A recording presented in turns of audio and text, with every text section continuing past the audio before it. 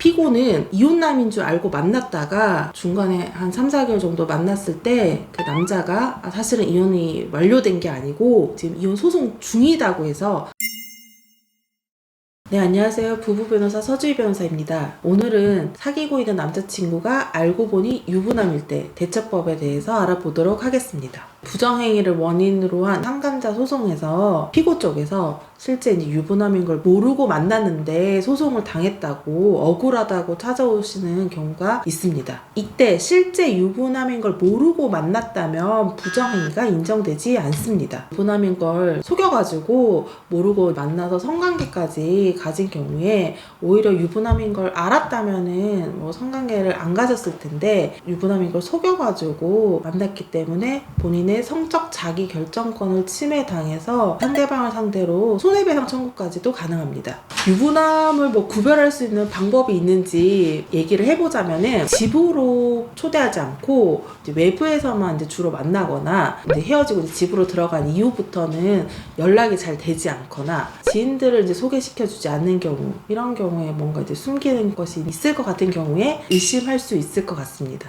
유부남인 걸 모르고 만났는데 상대방으로부터 이제 소장이 날라왔을 때 그 소장 내용에 대해서 30일 이내로 법원에 답변서를 제출을 해야 되고, 이 답변서를 제출하지 않게 되면은 법원에서는 원고 소장 내용을 전부 인정한 걸로 봐서 무변론 판결 선고일이 지정되게 됩니다. 그러니까 30일 이내에 본인이 어떤 억울한 부분이 있으면 이 부분에 대해서 답변서를 제출을 해야 합니다.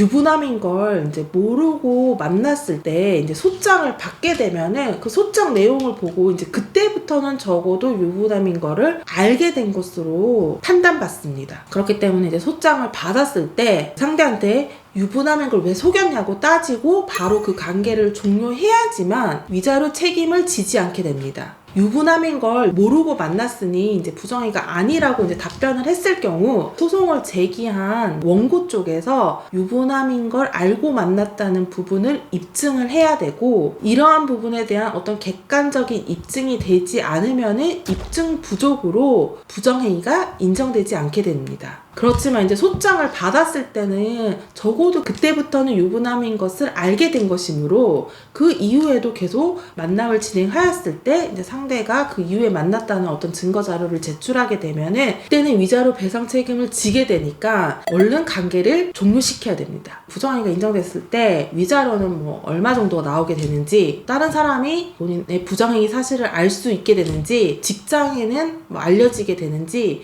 이런 부분에 대해서 말씀을 드리자면, 위자료는 만남의 기간이나 부정행위의 정도, 그리고 부정행위가 발각된 이후에 상대방의 태도에 따라서 통상적으로 위자료 액수가 1,500에서 2,000만 원 사이대로 많이 책정됩니다. 민사소송은 판결문이 외부나 아니면 제3자한테 공개되는 건 아니기 때문에 남들이 그 판결 내용에 대해서는 알 수가 없습니다. 근데 이제 사내 불륜이거나 공무원 신분의 경우에는 직장 내에서 이제 불륜을 하거나 했을 때 징계 사유가 될 수 있기 때문에 실제로 원고 쪽에서 판결문을 받으면은 징계를 위해서 그 직장지에 판결문을 보내는 경우가 있습니다. 그러면 주변 사람들이 알게 될 수도 있습니다. 정말 모르고 만났다면은 어떻게 대처를 해야 되는지 이 부분에 대해서 말씀을 드리자면은, 정말 모르고 만났다면은 그 유부남이 혼인 사실을 속이고 만난 거기 때문에 오히려 본인이 피해자에 해당하고 가정이 있다는 것 자체를 알지 못했기 때문에 자신과의 만남으로 그 가정이 파탄될 수도 있다는 부분에 대한 어떤 고의가 성립되지 않아서 부정행위가 성립될 수 없습니다. 그러나 이제 처음에는 유부남인 걸 모르고 만났다가 이후에 어느 시점에 이제 유부남인 걸 알게 됐을 때 그 이후에도 계속 만남을 가진다면은 그 이후의 만남은 부정행위가 성립되게 됩니다. 최근에 있었던 이제 사례 말씀드리면, 상간녀 소송에 이제 피고 쪽을 선임을 했는데 이제 의뢰인분이 본인은